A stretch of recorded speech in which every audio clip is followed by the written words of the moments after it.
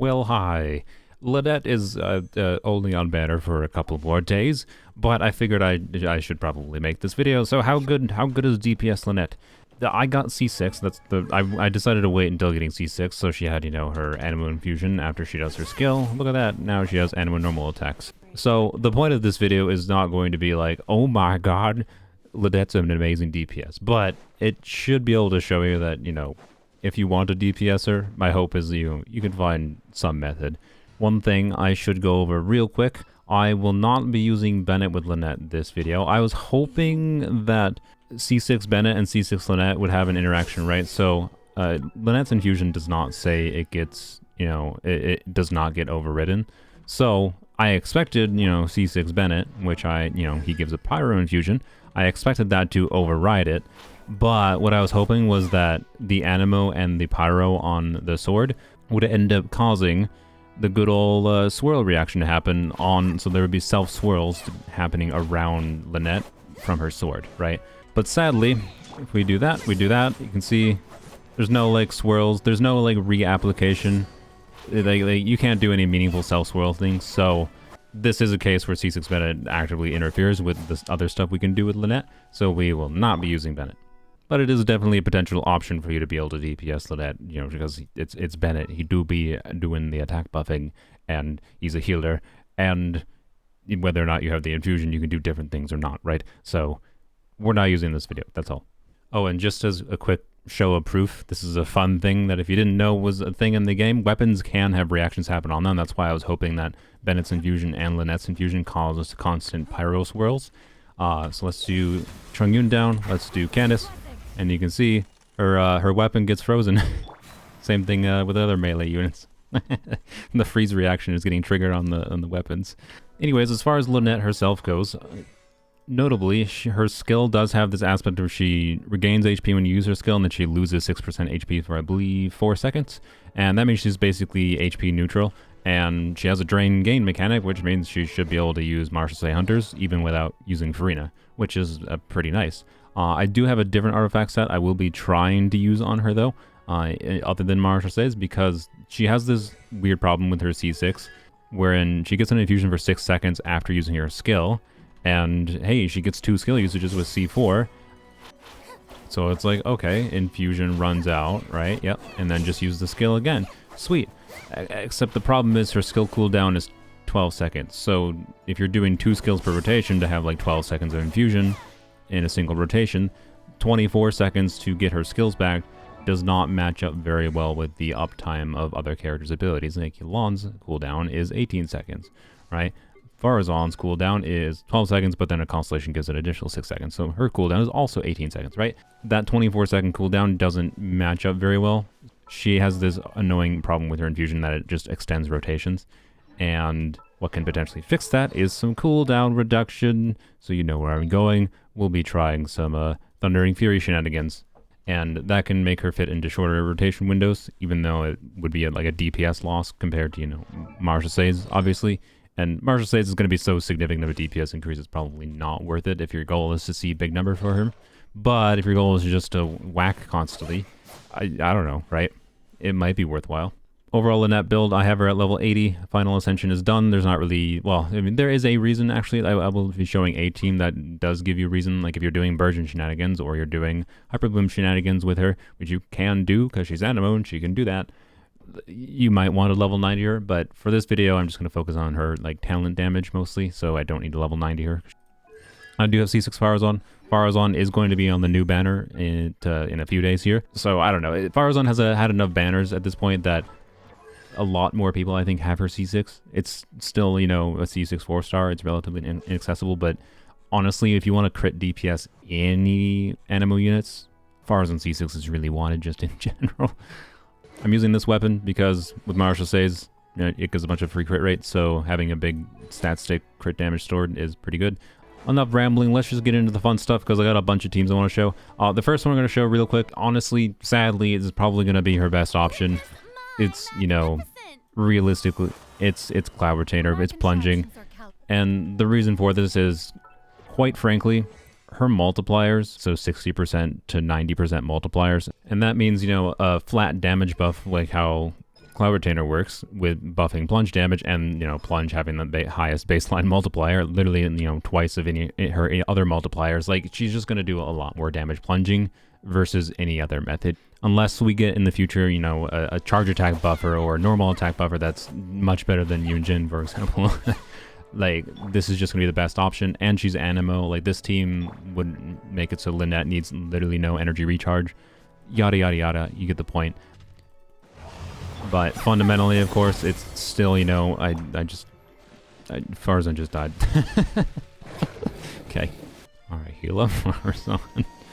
Fundamentally, it's going to be a lot harder to see big numbers from her without doing, you know, Cloud Retainer things. Oh, she died and now I need energy. Oh, freaking... Ultimately, though, this is just a Cloud Retainer team at the end of the day. You stole my energy, you buttholes. And blam, blam. And of course, Cloud Retainer's buff does only apply in AoE. So, this is a circumstance where, you know, you don't notice it as much, but still, you know, getting the 80k plunges there. And of course, I can... Oh, I forgot to skill again. Yeah. It's a... Oops. It's pretty good, right?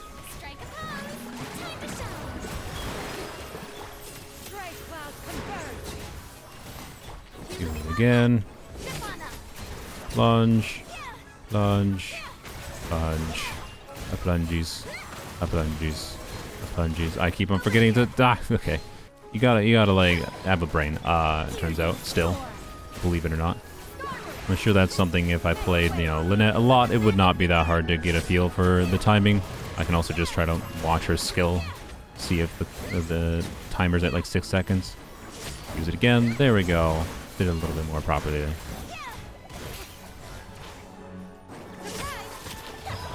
Reference is what she gets without any buffs up. Yeah, it's not very much damage without buffs up, right? Like I said, she's quite reliant on buffs, like most characters in the game are, but 4 stars, right, the less self-buffs the character has in a kit, the more reliant they are on other things. I didn't skill. Whoops.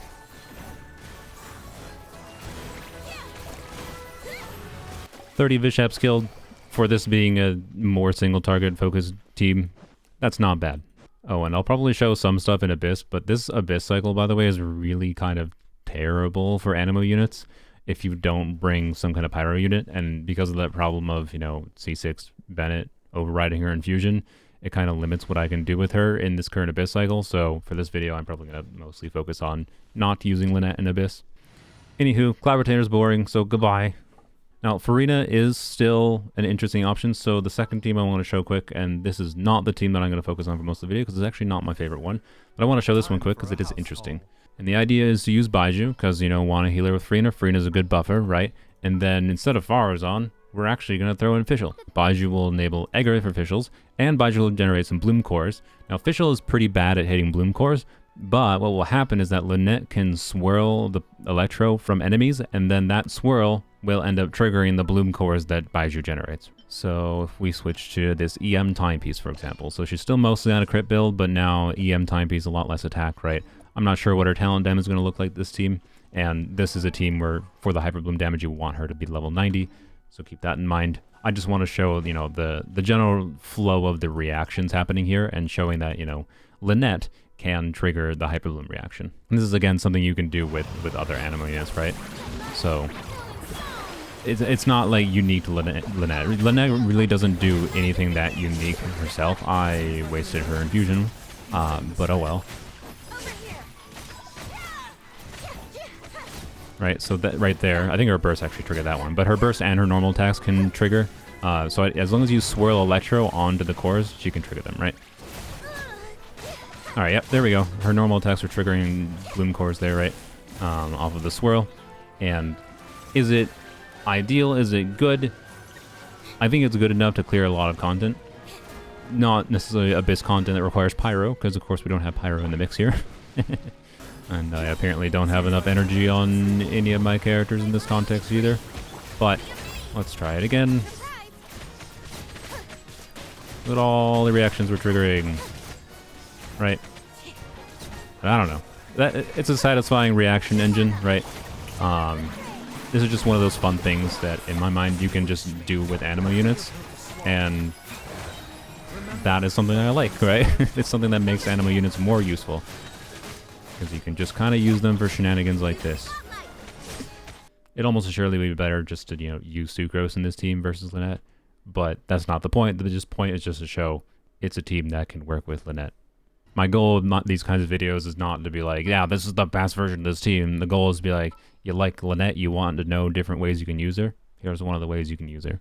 Anywho's, let's switch to what my favorite team variation is so far, which does use Farazan again, and it uses Yelan, which I think I had deployed at the start of this video. So this team is pretty simple. It's just, use Yelan for damage bonus. You could use Xingqiu if you need the defensive utility. Of course, we don't have a healer other than, Lynette's own healing, which is HP neutral, so it's not really healing. I have found it plays really satisfyingly, lets me, just spam normal attacks and lets me see her normal attack animations, which I enjoy. And this is the team that I will try to use Thundering Fury on as well, to see if I can shorten the rotations with it. Don't touch me. Alright, there we go. Avoided the bad touches. This, official, you.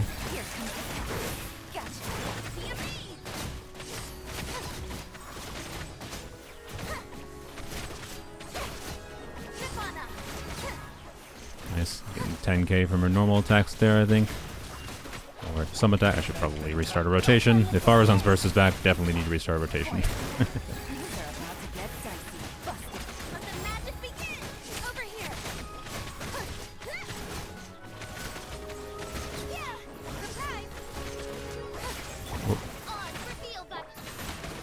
Oh, I swapped a little bit early. Oh, frick. I let them absorb my energy.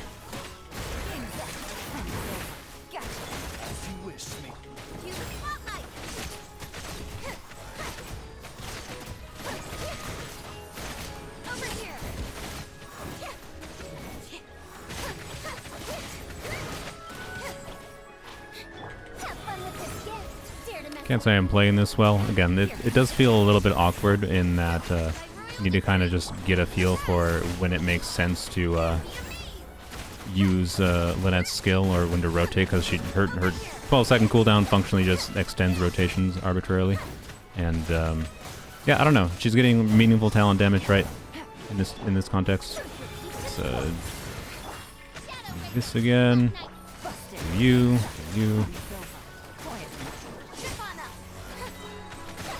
And do that. Now.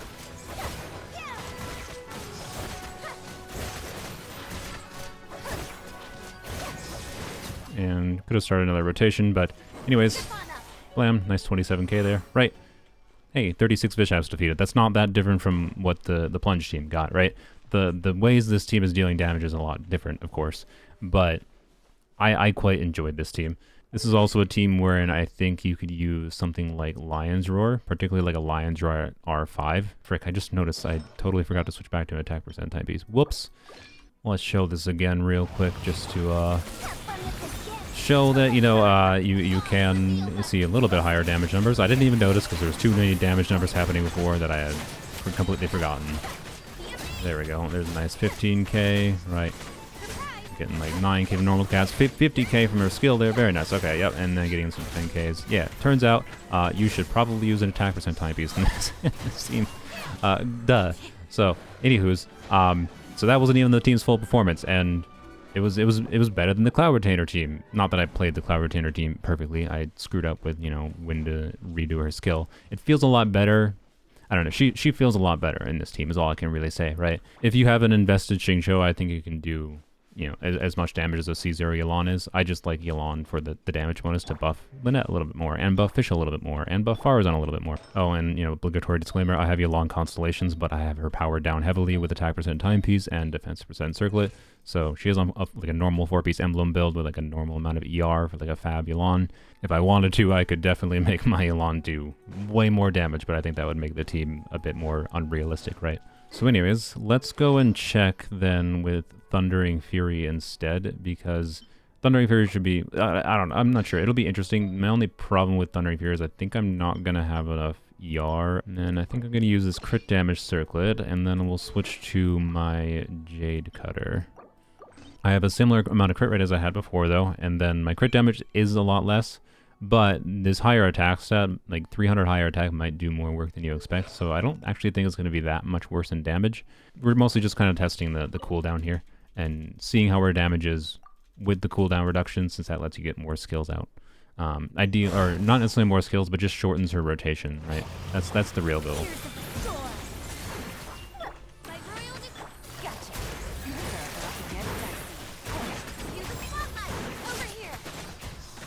Okay, her normal attack damage is still not bad. Still getting 45k on her skill there.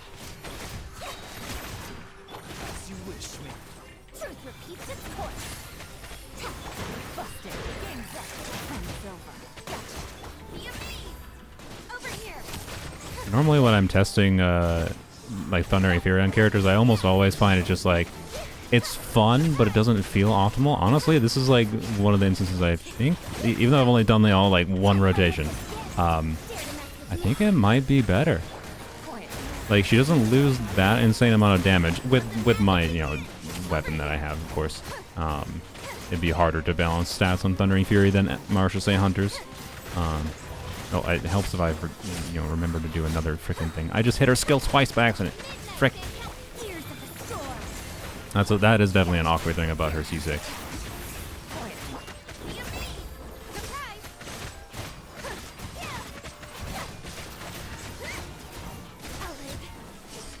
I didn't hit anything with her skill. God freaking dang it. Okay, her skill is kind of awkward to make sure you hit sometimes. I'm probably not going to get my burst back, but it's fine.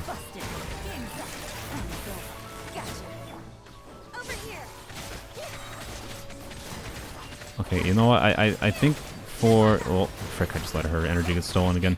I think I like this more, to be completely honest.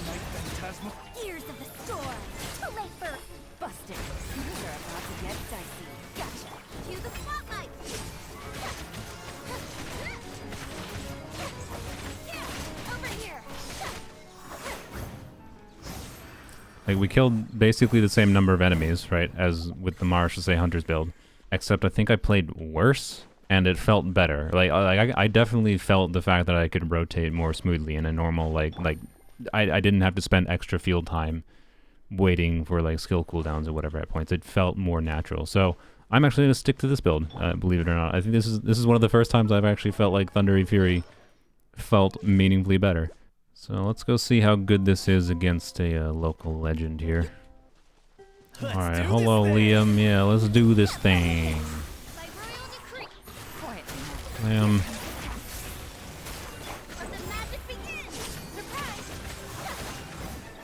Oh, stop getting plugged in there.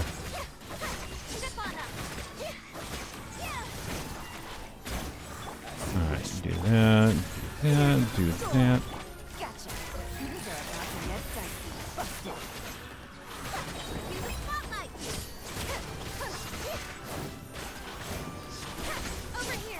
Man, I really like electrocharge teams. Like these were the, you know, reaction mess teams before Dendro came out, by the way, and I like them a lot. That's all I can say.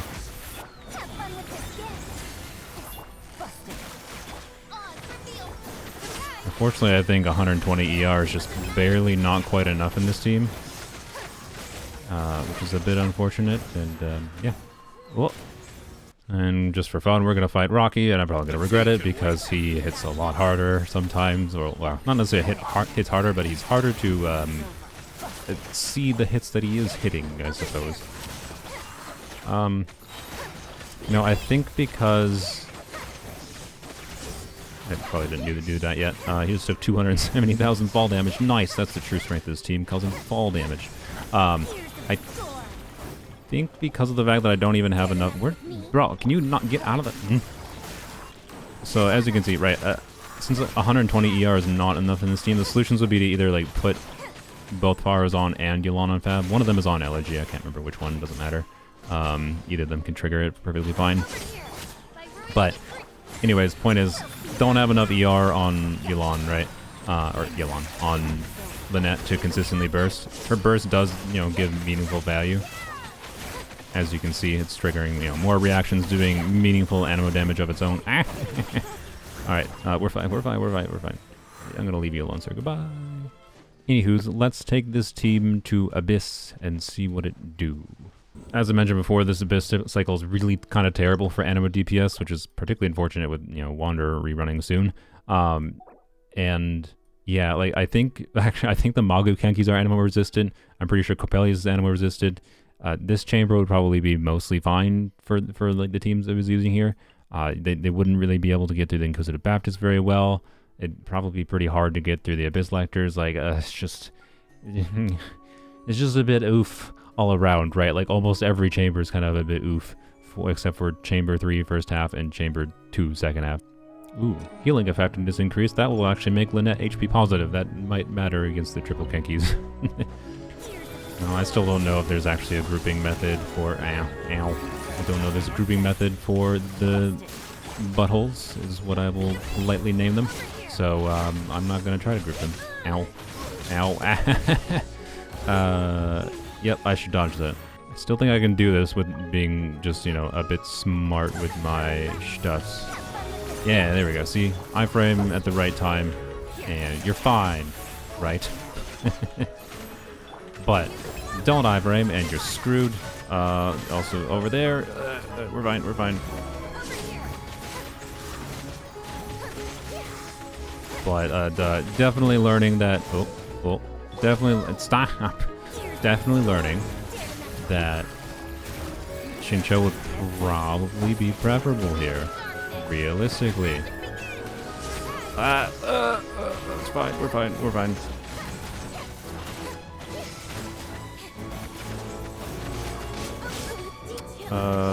Less fine. I mean, look, I killed one of them. I just used both of her skills. Whoops. No. Well, I guess what you can probably do is you can probably use both of her skills right by each other. Oh boy. To be able to heal up, right? I do that and do that. Yeah, you can do that. Okay, interesting. I hadn't thought about that before.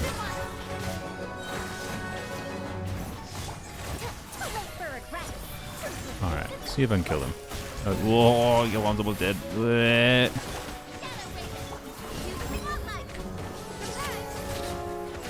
Two of them are dead. No, don't kill me.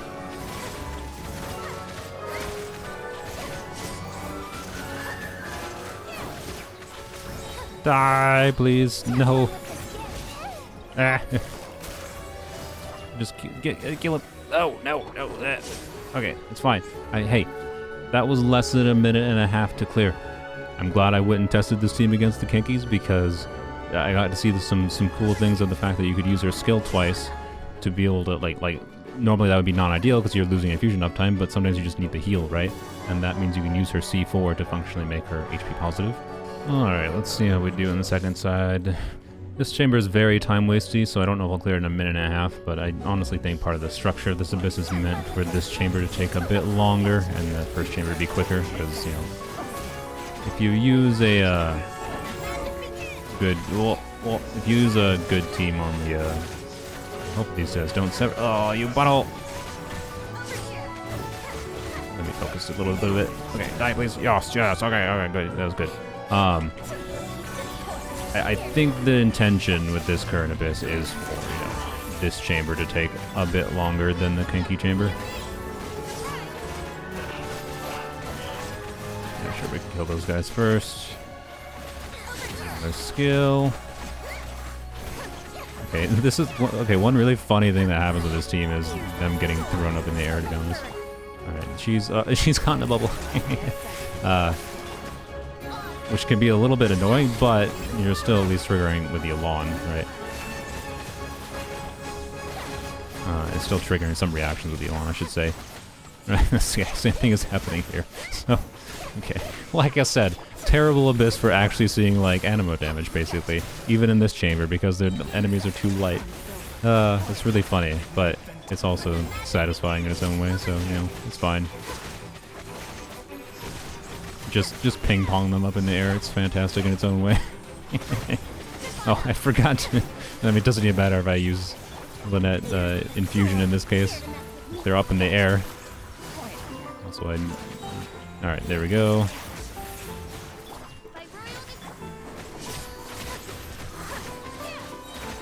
These enemies are so freaking tanky. Oh, I forgot to use her burst.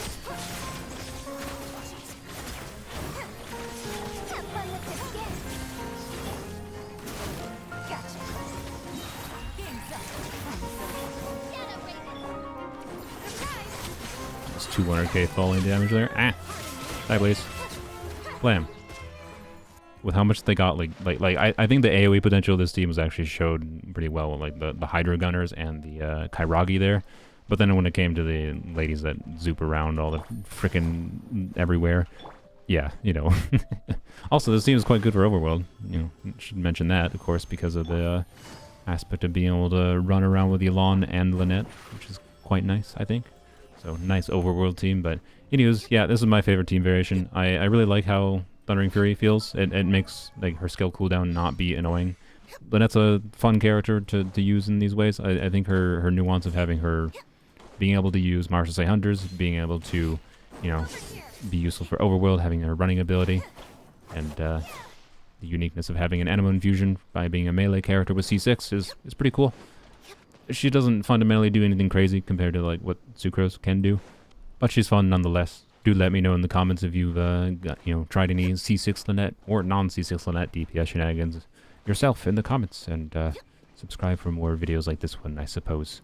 But yes, there you go. Cat Girl for the win.